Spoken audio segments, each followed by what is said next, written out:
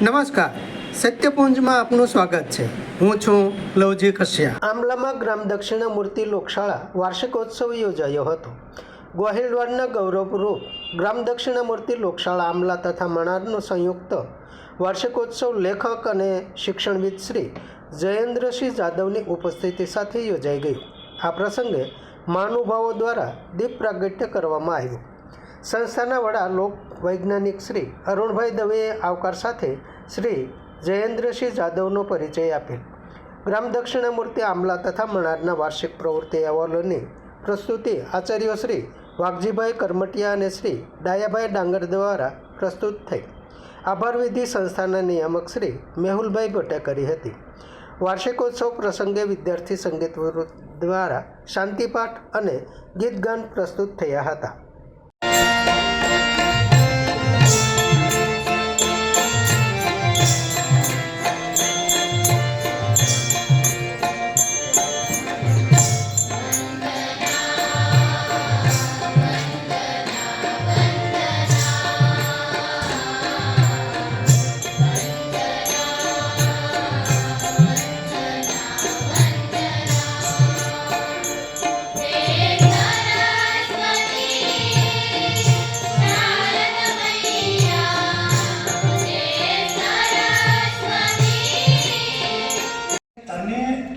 શેનો શોખ છે એમાં તું આગળ વધ. જેમાં શોખ હોય એમાં આગળ વધીએ તો જીવનનો સંતોષ મળે, તો આપણને જીવન સાર્થક લાગે. આજે આપણે ઘણું કમાતા હોય પણ અંદરથી એ રાજી નથી હોતા. એને મોટર બંગલા હોય પણ ઘરની અંદર સુખ શાંતિ નથી.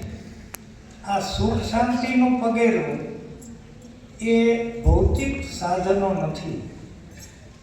તો આપણો માયલો ક્યારે રાજી થાય, આપણને ક્યારે આનંદ આવે, કોઈ કામ કર્યાનો અમી ઓડકાર ક્યારે આવે, તો આજે સૌ એ ખૂબ તૈયારીઓ કરીને ક્લાસ 1 ક્લાસ 2 ઓફિસર સુધીના સ્વપ્ન જુએ. સ્વપ્ન જોવા એ કંઈ ખરાબ નથી, મહેનત કરવી એ પણ ખરાબ નથી, પણ માનો કે તમે ત્યાં ન પહોંચી શકો તો નિરાશ થવું એ ખોટું છે. લોક શિક્ષણ બંને બાજુ છે, ટુ વે છે, વન વે નથી.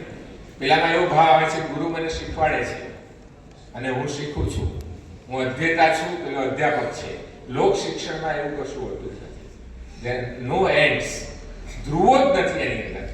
માણસ આપમેળે શીખે છે અને માણસ પ્રકૃતિ પાસેથી શીખે છે, માણસ સમાજ પાસેથી શીખે છે અને માણસ ક્યારે એ પોતે વ્યક્તિમાંથી વિશ્વમાનવી બની જાય છે એની પોતાને જ ખબર નથી રહેતી. એવું સહજતાથી મળતું શિક્ષણ એ લોક શિક્ષણ છે. એટલે છેલ્લી વાત કરીને મારી વાત પૂરી કરું. એ ગુરુજીના ઘણા બધા શિષ્યો હતા. ગુરુજીને પરીક્ષા લેવી હતી.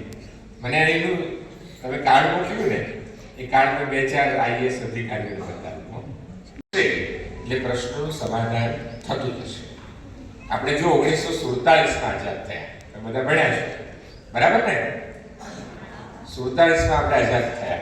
કઈ તારીખે આઝાદ થયા? 15મી ઓગસ્ટે. ત્યારે પહેલું રાધાકૃષ્ણન કમિશન જે નિમાયું એને ચિંતા વ્યક્ત કરેલી કે આપણો લિટરસી રેટ જે છે, સાક્ષરતાનો દર, એ માત્ર એ સમય 12% હતો. એટલે 100 માંથી 12 લોકો જે છે એ ભણેલા છે એવું રિપોર્ટ કહે છે.